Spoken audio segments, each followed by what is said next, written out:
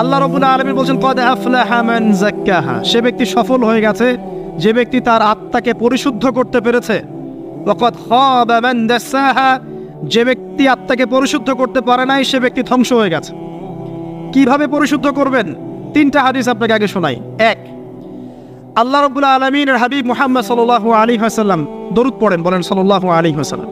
তিনি বলছেন যে আল্লাহর এমন কিছু বান্দা আছে যারা জান্নাতে প্রবেশ করবে যাদের অন্তরটা হবে পাখির মতো নরম। কার মতো? পাখির মতো। একটা হাদিস শুনলেন। দুই নম্বর হাদিস, আল্লাহর রাসূল সাল্লাল্লাহু আলাইহি ওয়াসাল্লাম বলছেন শহীদদের আত্মা যখন আল্লাহর কাছে পৌঁছায়, আল্লাহ রাব্বুল আলামিন সেই আত্মাগুলোকে সবুজ রঙের কিছু পাখির মধ্যে প্রদান করেন এবং সেই পাখিগুলো আরশের নিচে লণ্ঠন আছে এখানে বসে থাকে এবং তারা জান্নাতের যে কোনো জায়গায় যায়, ঘুরে খাবার খায়, আবার ফিরে আসে। আল্লাহ পাক তাদেরকে বলেন যে তোমরা কি চাও, তোমরা কি চাও? শহীদরা কিচ্ছু বলতে পারে না। কি চাইবো? আল্লাহ এত নিয়ামত দিয়েছেন, কি চাইব?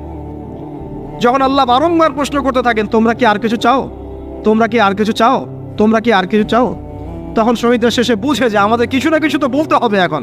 তখন তারা বলে হে আল্লাহ, আমরা আরো একবার পৃথিবীতে যেতে চাই এবং তোমার পথে জীবন দিয়ে আবার ফিরে আসতে চাই। আল্লাহ পাক বলেন এই সুযোগ তো আর নেই, অতএব তোমাদের আর কিছু চাওয়ার নেই, তোমরা এখানেই থাকো। আরেকটা হাদিস শোনেন, রাসূলুল্লাহ সাল্লাল্লাহু আলাইহি ওয়াসাল্লাম বলেছেন, এই হাদিসটা ওমর রাদিয়াল্লাহু আনহু থেকে এসেছে যে তোমরা যদি, হে মানব জাতি বা হে মুসলিমরা, তোমরা যদি আল্লাহর প্রতি তাওয়াক্কুল করার মতোই তাওয়াক্কুল করতে, ভরসা করার মতোই ভরসা করতে, আল্লাহ পাক তোমাদেরকে পাখিদেরকে যেমন করে রিজিক দেন তোমাদেরকে ঠিক সেইভাবে রিজিক দিতেন। তোমরা কি লক্ষ্য করো না যে পাখিরা খালি পেটে বের হয়ে যায় বাসা থেকে সকালবেলা এবং সন্ধ্যাবেলা ভরা পেটে বাসায় ঢোকে? আপনাকে যে তিনটা হাদিস শোনালাম এই তিনটা হাদিসে একটা শব্দ হচ্ছে কমন। শব্দটা কি বলেন? পাখি। পাখি কি? পাখি। আল্লাহ রাব্বুল আলামিন পাখিদের কাছ থেকে আমাদেরকে শিখতে বলছেন এবং বলছেন যে পাখিদের মনটা হয় খুব নরম, খুব সফট এবং তারা আল্লাহর প্রতি তাওয়াক্কুল করে পূর্ণ মাত্রায়। তারা সকালবেলা ভোরবেলা বের হয়ে যায় এবং সন্ধ্যাবেলা বাসায় ফেরে, খালি পেটে বের হয়, ভরা পেটে বাসায় ফেরে। এবং আল্লাহ পাক সবচেয়ে সম্মানিত মওত যেটা শহীদের মওত, সেই শহীদদের আত্মাকে আল্লাহ পাক পাখির রূপ দিবেন। তাহলে পাখিটার বিষয়ে একটা ফোকাস করার দরকার আছে না? আচ্ছা, এখানে আসেন। পাখির মন হচ্ছে নরম, মানে পাখির মনটা তাসকিয়া, আত্মশুদ্ধিতে পরিপূর্ণ।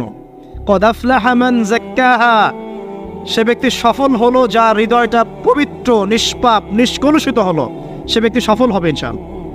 একটা কাজ এখানে খেয়াল করেন, পাখিরা সকালবেলা ভোরবেলা বের হয় আর সন্ধ্যাবেলা বাসায় ফেরে। এখনকার মুসলিমদেরকে দেখবেন দুপুরবেলা ওঠে, রাত 3টায় ঘুমায়। কথা কি বুঝেন নাই? পাখির একদম ভোরবেলা ওঠে, যখন ফজরের আজান দিচ্ছে ঠিক তার আগ মুহূর্তে পাখির কিচিরমিচির শুনছেন, তার মানে নামাজের ওয়াক্ত প্রায় চলে যাচ্ছে। তার মানে তার আল্লাহ পাকের হুকুমের সাথেই জেগে ওঠে, সূর্য ডুবে তারা ডুবে যায়। ঠিক এরকম সুন্নত ছিল নবী সাল্লাল্লাহু আলাইহি ওয়াসাল্লামের এবং সাহাবায়ে কেরামের। আজকে 1400 বছর পর মুসলিম জাতি এই সুন্নাহ ভুলে গেছে। আর আমাদের সুন্নত দেখবেন, যদি কোনো রকম উঠেও ফেলি ফজরে, আবার 12টা পর্যন্ত ঘুম, আরো বেশি। আর এই যুব সমাজ যারা আছো তোমরা কেউই 3টা-4টার আগে ঘুমায় বলে আমার মনে হয় না। অলওয়েজ অনলাইনে পড়ে আছে, টিকটক নিয়ে, ফেসবুক নিয়ে, গার্লফ্রেন্ডের সাথে চ্যাটিং। পাখির মতো হতে পারলে পরে মনটা তো নরম হবে, তারপরে না তাসকিয়া অর্জন হবে। পাখির রুটিনটা কি? ভোরবেলা বের হয় আর সন্ধ্যাবেলা বাসায় ঢোকে। অতএব আমরা যদি রাসূলুল্লাহ সাল্লাল্লাহু আলাইহি ওয়াসাল্লামের সুন্নাহ মতো ওই ভোরবেলা উঠতে পারি আর আর্লি নাইট ঘুমিয়ে যেতে পারি এবং সারাদিন যদি রাসূলের সুন্নাহগুলোর উপর আমল করতে পারি, তাসকিয়া অর্জন হবে ইনশাআল্লাহ। কথা বুঝতে পারছেন? 2, পাখির মতো নরম মন লাগবে। এখনকার আমরা যারা বেঁচে আছি আমাদের মনগুলো কঠিন। কেমন কঠিন? পাথরের মতো কঠিন।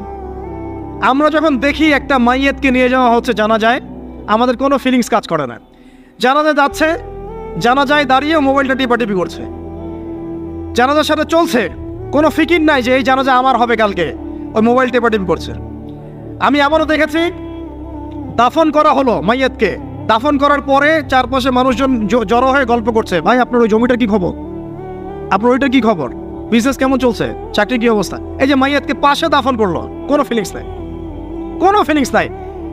আমি আত্মশুদ্ধির কথা বলছি। আত্মশুদ্ধির জন্য আপনার মনটাকে পাখির মতো সফট নরম করতে হবে।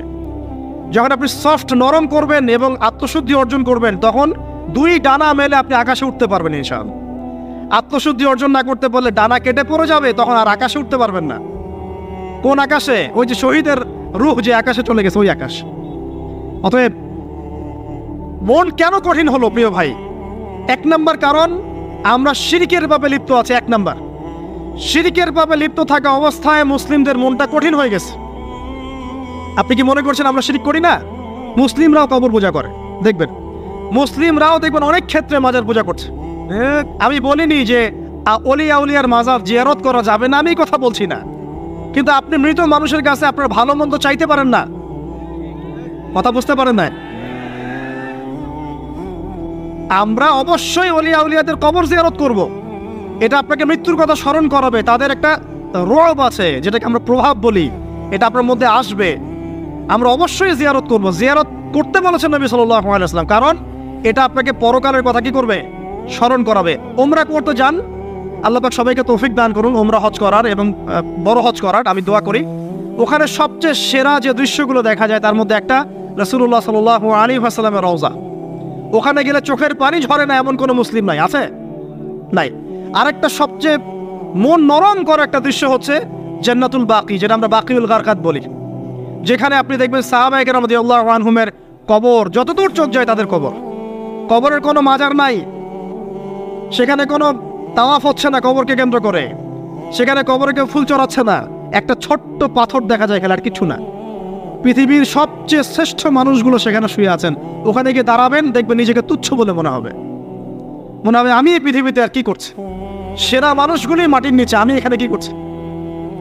তো দেখুন প্রিয় ভাইরা, অবশ্যই অলিয়া উলিয়াদের কবর জিয়ারত করবেন, কিন্তু মৃত ব্যক্তি আপনার কল্যাণ করতে পারবে?